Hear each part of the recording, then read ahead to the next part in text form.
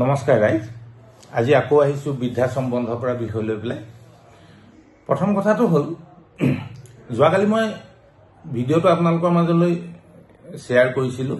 সকলোৱে ইমান উৎসাহেৰে আঁকোৱালি লৈছে, তাৰ কাৰণে মই আপোনালোকক আকৌ ধন্যবাদ জনাইছোঁ।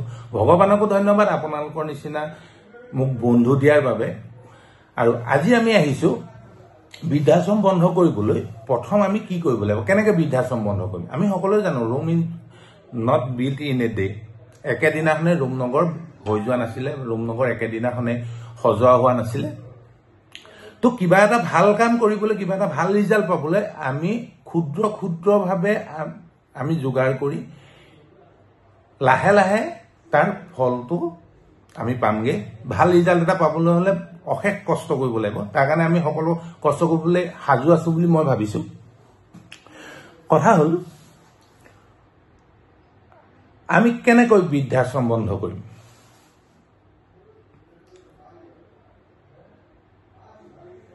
এটা কথা সঁচা, মোৰ এই 3 মিনিটৰ বা 2 মিনিটৰ ভিডিঅ'টো চাই আপোনালোকে গৈ বৃদ্ধাশ্ৰমত তলা মাৰি দিব, এনেকুৱাতো কোনো কথা নাই। সেইকাৰণে আমি প্ৰত্যেকজন সমাজৰ সদস্যই এই কথাটো আন্তৰিকতাৰে চিন্তা কৰিব লাগিব, আন্তৰিকতাৰে ভাবিব লাগিব। সেইটো কাৰণে আমি মানসিকভাৱে সবল হ'ব লাগিব। যিকোনো কাম এটা কৰিবলৈ প্ৰথমতে প্লানিং কৰে, সুব্যৱস্থিতভাৱে পৰিকল্পনা কৰে। সেই পৰিকল্পনাটো আমি এনেকুৱা দৃঢ়ভাৱে ল'ব লাগিব যে আমি কৰিব পাৰিমেই পাৰিম। আজি নহয় কাইলৈ হ'ব, কাইলৈ নহয় পৰহিলৈ হ'ব। আমাৰ জেনেৰেশ্যনটোত নহয়, তাৰ পিছৰ জেনেৰেশ্যনটোত হ'ব, পিছৰ জেনেৰেশ্যনটোত সম্পূৰ্ণ নহ'লে তাৰ পিছৰটোত হ'ব।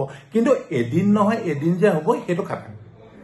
তো এতিয়া কথা হ'ল, আমি এইটো কৰিম কেনেকৈ। আমি ইয়াৰ কাৰণে প্ৰথম পদক্ষেপটো ল'ম। আজি আমি সকলোৱে মানসিকভাৱে সুদৃঢ়ভাৱে আমি আগবাঢ়িম। মানসিকভাৱে আমি বদ্ধপৰিকৰ হ'ম যে আমি সামাজিক ব্যাধি স্বৰূপ বৃদ্ধাশ্ৰম বন্ধ কৰিমেই। সেয়া আজিৰ এই ভিডিঅ'টোত আমি মাত্ৰ কেৱল সংকল্প লৈছোঁ যে আমি বৃদ্ধাশ্ৰম বন্ধ কৰিবলৈ আমি বদ্ধপৰিকৰ। নিশ্চয় বন্ধুসকলে মোৰ এই ভিডিঅ'টো আজিৰ পৰাই সংকল্প লৈ নিজক সাজু কৰি ৰাখিব বুলি মই ভাবি আপোনালোকৰ পৰা আজি বিদায় লৈছোঁ। ধন্যবাদ। বৃদ্ধাশ্ৰম বন্ধ কৰিমেই দিয়ক।